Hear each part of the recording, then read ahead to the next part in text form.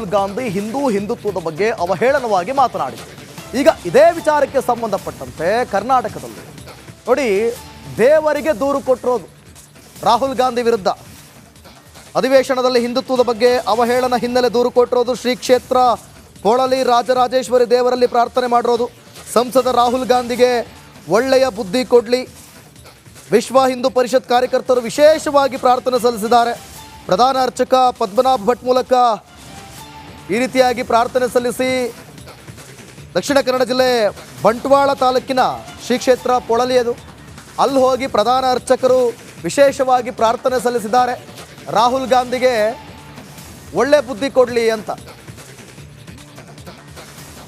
ಈ ಬಗ್ಗೆ ಮತ್ತಷ್ಟು ಮಾಹಿತಿಯನ್ನು ಕೊಡ್ತಾರೆ ನಮ್ಮ ಪ್ರತಿನಿಧಿ ದಿನೇಶ್. ಫೋನ್ ಸಂಪರ್ಕದಲ್ಲಿ ಜಾಯ್ನ್ ಆಗ್ತಿದ್ದಾರೆ. ದಿನೇಶ್, ರಾಹುಲ್ ಗಾಂಧಿ ವಿರುದ್ಧ ಪ್ರಾರ್ಥನೆಯ ಮೂಲಕ ದೂರು ಸಲ್ಲಿಸಿರೋದು, ಇದು ಏನು ಕೊಡ್ತೀರಿ ಮಾಹಿತಿ? ದಿವಿತ್, ರಾಹುಲ್ ಗಾಂಧಿಯ ಹೇಳಿಕೆ ವಿರುದ್ಧವಾಗಿ ಕರಾವಳಿಯಲ್ಲಿ ಬಹಳಷ್ಟು ಆಕ್ರೋಶಗಳು ಕೂಡ ವ್ಯಕ್ತ ಆಗ್ತಿದೆ. ಬಹಳಷ್ಟು ಪ್ರತಿಭಟನೆ ಕೂಡ ನಡೆಯಿತು. ಅಂದ್ರೆ ರಾಹುಲ್ ಗಾಂಧಿ ಈ ರೀತಿಯಾಗಿ ಹಿಂದೂ ವಿರೋಧಿ ಹೇಳಿಕೆ ನೀಡಿದ್ದಾರೆ, ಅದು ಸರಿಯಲ್ಲ ಅನ್ನುವಂತ ರೀತಿಯಲ್ಲಿ ಸಾಕಷ್ಟು ಪ್ರತಿಭಟನೆ ಕೂಡ ನಡೆದಿರುವಂತದ್ದು. ಅದೇ ರೀತಿ ಈಗ ಏನು ರಾಹುಲ್ ಗಾಂಧಿ ಅವರ ಹೇಳಿಕೆಯನ್ನು ವಿರೋಧಿಸಿ ದೇವರಿಗೆ ದೂರು ನೀಡಿರುವಂತದ್ದು ವಿಶ್ವ ಹಿಂದೂ ಪರಿಷತ್ ವತಿಯಿಂದ. ಅಂದ್ರೆ ದಕ್ಷಿಣ ಕನ್ನಡ ಜಿಲ್ಲೆಯಲ್ಲಿ ಪ್ರಸಿದ್ಧ ದೇವಸ್ಥಾನವಾದಂತಹ ಏನು ಪೊಳಲಿ ರಾಜರಾಜೇಶ್ವರಿ ದೇವಸ್ಥಾನಕ್ಕೆ ವಿಶ್ವ ಹಿಂದೂ ಪರಿಷತ್ನ ಕಾರ್ಯಕರ್ತರು ತೆರಳಿ ಅಲ್ಲಿ ಪ್ರಾರ್ಥನೆ ಸಲ್ಲಿಸಿರುವಂತದ್ದು. ಅಂದ್ರೆ ರಾಹುಲ್ ಗಾಂಧಿ ಅವರು ಈ ರೀತಿಯಾಗಿ ಹೇಳಿಕೆ ನೀಡಿದ್ದಾರೆ, ಅವರಿಗೆ ತಕ್ಕ ಸಾಕ್ಷಿ ನೀಡಬೇಕು, ಜೊತೆಗೆ ಅವರಿಗೆ ಒಳ್ಳೆಯ ಬುದ್ಧಿಯನ್ನು ಕರುಣಿಸಬೇಕು ಅನ್ನುವಂತ ರೀತಿಯಲ್ಲಿ ಒಂದು ಪ್ರಾರ್ಥನೆಯನ್ನು ಕೂಡ ವಿಶ್ವ ಹಿಂದೂ ಪರಿಷತ್ ವತಿಯಿಂದ ಸಲ್ಲಿಸಿರುವಂತದ್ದು. ಒಟ್ಟಿನಲ್ಲಿ ರಾಹುಲ್ ಗಾಂಧಿ ಅವರ ಹೇಳಿಕೆ ಏನಿದೆ ಅದು ಬಹಳಷ್ಟು ಆಕ್ರೋಶ ವ್ಯಕ್ತ ಆಗ್ತಾ ಇದೆ, ಬಹಳಷ್ಟು ಪ್ರತಿಭಟನೆಯು ಕೂಡ ನಡೆದಿರುವಂತದ್ದು. ಈಗ ವಿಶ್ವ ಹಿಂದೂ ಪರಿಷತ್ ಏನಿದೆ ಇದು ದೇವಸ್ಥಾನಕ್ಕೆ ಹೋಗಿ ಪ್ರಾರ್ಥನೆಯನ್ನು ಕೂಡ ಸಲ್ಲಿಸಿರುವಂತದ್ದು. ದೀವಿತ್ತೆ. ಓಕೆ, ಥ್ಯಾಂಕ್ ಯು ದಿನೇಶ್ ನಿಮ್ಮೆಲ್ಲ ಮಾಹಿತಿಗಾಗಿ.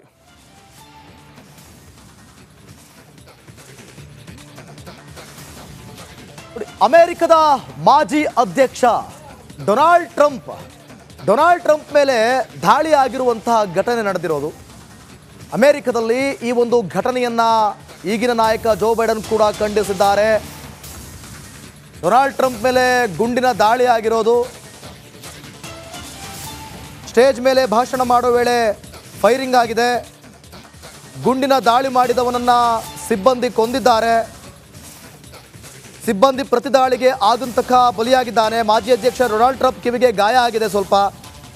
ಪೆನ್ಸಿಲ್ವೇನಿಯಾದಲ್ಲಿ ಚುನಾವಣಾ ರ್ಯಾಲಿ ವೇಳೆ ಈ ಘಟನೆ ನಡೆದಿದೆ. ದಾಳಿ ಖಂಡಿಸಿದ ಅಮೆರಿಕ ಅಧ್ಯಕ್ಷ ಜೋ ಬೈಡನ್ ಈ ದಾಳಿಯನ್ನು ಖಂಡಿಸಿದ್ದಾರೆ. ಅಮೆರಿಕದ ಮಾಜಿ ಅಧ್ಯಕ್ಷ ಡೊನಾಲ್ಡ್ ಟ್ರಂಪ್ ಮೇಲೆ ಗುಂಡಿನ ದಾಳಿ ಆಗಿರೋದು. ಅಮೆರಿಕ ಮಾಜಿ ಅಧ್ಯಕ್ಷನ ಹತ್ಯೆಗೆ ಯತ್ನಿಸಿದ್ದಾರೆ. ಡೊನಾಲ್ಡ್ ಟ್ರಂಪ್ ಮೇಲಿನ ದಾಳಿಗೆ ಮೋದಿ ಕೂಡ ಖಂಡಿಸಿದ್ದಾರೆ. ಪ್ರಜಾಪ್ರಭುತ್ವ ರಾಜಕೀಯದಲ್ಲಿ ಹಿಂಸೆಗೆ ಜಾಗವಿಲ್ಲ. ಗೆಳೆಯ ಟ್ರಂಪ್ ಹತ್ಯೆ ಯತ್ನ ಅತ್ಯಂತ ಕಳವಳಕಾರಿ ಅಂಥೇಳಿ, ಜೊತೆಗೆ ಟ್ರಂಪ್ ಅವರು ಬೇಗ ಗುಣಮುಖವಾಗಿ ಬರಲಿ ಅಂತೇಳಿ ಎಕ್ಸ್ ಖಾತೆಯ ಮೂಲಕ ಪ್ರಧಾನಿ ಮೋದಿ ಹಾರೈಸಿದ್ದಾರೆ. ಡೊನಾಲ್ಡ್ ಟ್ರಂಪ್ ಇಡೀ ವಿಶ್ವಕ್ಕೆ ಗೊತ್ತು. ಅಮೆರಿಕ ಮಾಜಿ ಅಧ್ಯಕ್ಷ ಜೋ ಬೈಡನ್ಗಿಂತಲೂ ಕೂಡ ಡೊನಾಲ್ಡ್ ಟ್ರಂಪ್ ಹೆಸರು ವಾಸಿ ಇಡೀ ದೇಶದಲ್ಲಿ, ಭಾರತದಲ್ಲಿ, ವಿಶ್ವದಾದ್ಯಂತ ಈತನ ಖ್ಯಾತಿ ದೊಡ್ಡದು. ಚುನಾವಣಾ ರ್ಯಾಲಿ ಸಂದರ್ಭದಲ್ಲಿ ಅವರನ್ನ ಹತ್ಯೆಗೆ ಯತ್ನಿಸಿರುವ ನೋಡಿ ದೃಶ್ಯ ಗಮನಿಸ್ತಾ ಇದ್ದೀರಾ. ಹಿಂದೆ ಇದ್ದಂಥ ಜನರೆಲ್ಲರೂ ಕೂಡ ಬೆಚ್ಚಿಬಿದ್ದಿದ್ದಾರೆ, ಗಾಬರಿಯಾಗಿದ್ದಾರೆ. ಏಕಾಏಕಿ ಗುಂಡಿನ ದಾಳಿ ಆಗಿರೋದು, ಅವರ ಕಿವಿಗೆ ಪೆಟ್ಟು ಬಿದ್ದಿದೆ ಅನ್ನುವಂಥ ಮಾಹಿತಿ ಸದ್ಯಕ್ಕೆ ಗೊತ್ತಾಗ್ತಾ ಇದೆ. ಅದಾದ ಬಳಿಕ ಅವರಿಗೆ ಪ್ರತಿದಾಳಿ ಕೂಡ ಆಗಿದೆ. ಆ ಪ್ರತಿದಾಳಿಯಿಂದ ಯಾರು ಆತ ಗುಂಡಿನ ದಾಳಿ ಮಾಡಿದ್ನಲ್ಲ ಆತನ ಬಲಿ ಕೂಡ ಆಗಿದೆ. ಈ ರೀತಿಯಾದಂತಹ ಘಟನೆಯನ್ನ ಪ್ರಸ್ತುತ ಅಧ್ಯಕ್ಷರಾಗಿರುವಂಥ ಜೋ ಬೈಡನ್ ಅವರು ಕೂಡ ಖಂಡಿಸಿದ್ದಾರೆ. ಜೊತೆಗೆ ಭಾರತದ ಪ್ರಧಾನಮಂತ್ರಿ ನರೇಂದ್ರ ಮೋದಿ ಕೂಡ ಈ ಒಂದು ಘಟನೆಯನ್ನ ಖಂಡಿಸಿದ್ದಾರೆ.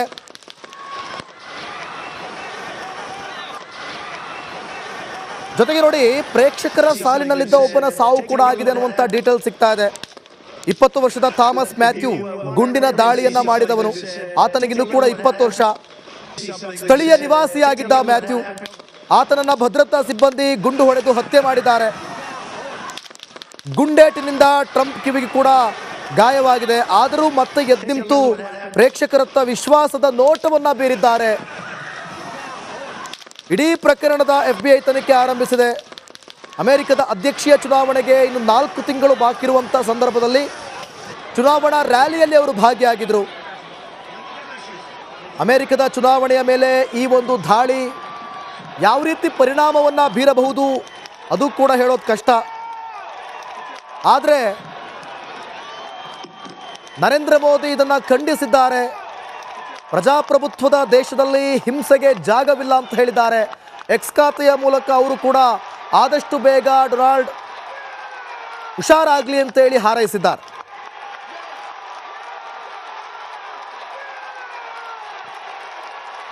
ತೊಂದರೆ ಆಗ್ತಾ ಇದೆ. ಗೋಕರ್ಣದಲ್ಲೂ ಕೂಡ ಗುಡ್ಡ ಕುಸಿತ ಆಗಿದೆ. ರಸ್ತೆ ಮೇಲೆ ಮಣ್ಣು ಬಿದ್ದಿದೆ. ಆತಂಕದಲ್ಲೇ ಸವಾರರು ತಮ್ಮ ವಾಹನವನ್ನು ಚಲಾಯಿಸುವಂಥ ಪರಿಸ್ಥಿತಿ ನಿರ್ಮಾಣ ಆಗಿದೆ. ಗುಡ್ಡ ಮತ್ತಷ್ಟೇನಾದರೂ ಕುಸಿದ್ರೆ ವಾಹನ ಸಂಚಾರ ಸ್ಥಗಿತ ಆಗುತ್ತೆ. ಕುಮಟಾ ತಾಲೂಕಿನ ಗೋಕರ್ಣದಲ್ಲಿ ಗುಡ್ಡ ಕುಸಿತ ಉಂಟಾಗಿದೆ. ರಸ್ತೆಯಲ್ಲಿ ಮಣ್ಣು ಕುಸಿದಂತಹ ಪರಿಣಾಮ ಸಂಚಾರ ಅಸ್ತವ್ಯಸ್ತವಾಗಿದೆ. ವಿಜಯನಗರ ತುಂಗಭದ್ರಾ ಡ್ಯಾಮ್ ಹಿನ್ನೀರಿನಲ್ಲಿ ಹುಚ್ಚಾಟ ಬೇರೆ. ಈ ರೀತಿ ಪರಿಸ್ಥಿತಿ ಇದ್ರೂ ಕೂಡ ಪ್ರವಾಸಿಗರ ಹುಚ್ಚಾಟ ಜಾಸ್ತಿ. ಡ್ಯಾಮ್ ಹಿನ್ನೀರಿಗೆ ಇಳಿದು ಕಾಲೇಜು ವಿದ್ಯಾರ್ಥಿಗಳು ಒಂದು ಕಡೆ ಹುಚ್ಚಾಟ ಮೆರೆದಿದ್ದಾರೆ. ನೋಡಿ, ದೃಶ್ಯದಲ್ಲೂ ಕೂಡ ಗಮನಿಸ್ತಾ ಇದ್ದೀರಾ. ಒಂದು ಕಡೆ ಮಳೆ ನಿಂತರೂ ಅವಾಂತರಗಳು ನಿಲ್ತಾ ಇಲ್ಲ, ಗುಡ್ಡ ಕುಸಿತ ಆಗೋದು, ಜೊತೆಗೆ ರಸ್ತೆ ಮೇಲೆ ಮಣ್ಣು ಬೀಳೋದ್ರಿಂದ ವಾಹನ ಸವಾರರಿಗೆ ಕಷ್ಟ ಆಗುತ್ತೆ. ಮತ್ತೊಂದು ಕಡೆ ಹಿನ್ನೀರಿನಲ್ಲಿ ಪ್ರವಾಸಿಗರ ಹುಚ್ಚಾಟ, ಹಿನ್ನೀರಿಗೆ ಇಳಿಯೋದು, ಆಟ ಆಡೋದು. ನೋಡಿ, ಮೂರು ದೃಶ್ಯಗಳನ್ನು ಕೂಡ ಗಮನಿಸ್ತಾ ಇದ್ದೀರಾ. ಒಂದು ಕಡೆ ಆತಂಕದಲ್ಲೇ ವಾಹನ ಸವಾರರು ವಾಹನವನ್ನು ಚಲಾಯಿಸುವ ಪರಿಸ್ಥಿತಿ. ಕಾರವಾರ ದೃಶ್ಯ ನೋಡ್ತಾ ಇದ್ದೀರಾ. ವಿಜಯನಗರದಲ್ಲಿ ಪ್ರವಾಸಿಗರ ಹುಚ್ಚಾಟ ನೋಡ್ತಿದ್ದೀರಾ. ಸಂಕಷ್ಟದಲ್ಲಿ ಶಾಸಕ ಬಸವನಗೌಡ ದದ್ದಲ್ ಈಗ ವಿಚಾರಣೆಗೆ ಹಾಜರಾಗುವಂತೆ ದದ್ದಲ್ಗೆ ನೋಟಿಸ್ ನೀಡಲಾಗಿದೆ. ಇಡಿ ಅಧಿಕಾರಿಗಳಿಂದ ಶಾಸಕ ದದ್ದಲ್ಗೆ ನೋಟಿಸ್ ನೀಡಲಾಗಿದೆ. ಬೆಂಗಳೂರಿನ ನಿವಾಸಕ್ಕೆ ತೆರಳಿ ಇಡಿ ನೋಟಿಸ್ ಕೊಟ್ಟಿರೋದು. ನೋಟಿಸ್ ಮೇಲೆ ನೋಟಿಸ್, ಇದು ಮೂರನೇ ನೋಟಿಸ್ ಅಂತ ಕಾಣುತ್ತೆ ದದ್ದಲ್ಗೆ. ವಿಚಾರಣೆಗೆ ಹಾಜರಾಗುವಂತೆ. ಆದರೆ ದದ್ದಲ್ ಎಸ್ಕೇಪ್ ಆಗ್ತಿದ್ದಾರೆ. ಇಡಿಯಿಂದ ಮೊದಲ ನೋಟಿಸ್ ಇದು. ಇಡಿಯಿಂದ ಮೊದಲ ನೋಟಿಸ್. ಸಂಕಷ್ಟದಲ್ಲಿ ಶಾಸಕ ಬಸವನಗೌಡ ದದ್ದಲ್ ಇದ್ದಾರೆ. ಈಗ ವಿಚಾರಣೆಗೆ ಹಾಜರಾಗುವಂತೆ ನೋಟಿಸ್ ಏನೋ ಕೊಟ್ಟಿದ್ದಾರೆ. ಆದರೆ ರಾಯಚೂರಿನಿಂದ ಮಂತ್ರಾಲಯದ ಕಡೆಗೆ ಹೊರಟಿರುವಂಥ ದೃಶ್ಯಾವಳಿಗಳನ್ನು ಕೂಡ ಗಮನಿಸ್ತಿದ್ದೀರಿ. ಆಪ್ತರ ಕಾರಿನಲ್ಲಿ ದದ್ದಲ್ ಹೊರಟಿದ್ದಾರೆ. ಒಂದು ಕಡೆ ದದ್ದಲ್ ಕಾರ್ ಹೋಗ್ತಾ ಇದೆ, ಅವ್ರ ಕೈಗೆ ಸಿಗ್ತಾ ಇಲ್ಲ ಅಧಿಕಾರಿಗಳಿಗೆ. ಮತ್ತೊಂದು ಕಡೆ ಬೆಂಗಳೂರಿನ ನಿವಾಸಕ್ಕೆ ಹೋಗಿ ನೋಟಿಸ್ ಕೊಟ್ಟಿದ್ದಾರೆ. ವಿಚಾರಣೆಗೆ ಈಗ ಹಾಜರಾಗ್ತಾರ? ಯಾವ ಕಡೆ ಹೋಗ್ತಿದ್ದಾರೆ? ವಾಪಸ್ ತೆರಳಿ ಇಡಿ ಅಧಿಕಾರಿಗಳಿಗೆ ಕೈಗೆ ಸಿಗ್ತಾರ? ವಿಚಾರಣೆಯಲ್ಲಿ ಭಾಗಿಯಾಗ್ತಾರ ಶಾಸಕ ದದ್ದಲ್? ಭಾಗಿಯಾಗಲೇಬೇಕು. ನೋಟಿಸ್ ಕೊಟ್ಟಿದ್ದಾರೆ, ವಿಚಾರಣೆಗೆ ಬರಲೇಬೇಕು. ಆದರೆ ಅಧಿಕಾರಿಗಳ ಕಣ್ತಪ್ಪಿಸಿ ಹೋಗ್ತಾ ಇದ್ದಾರೆ.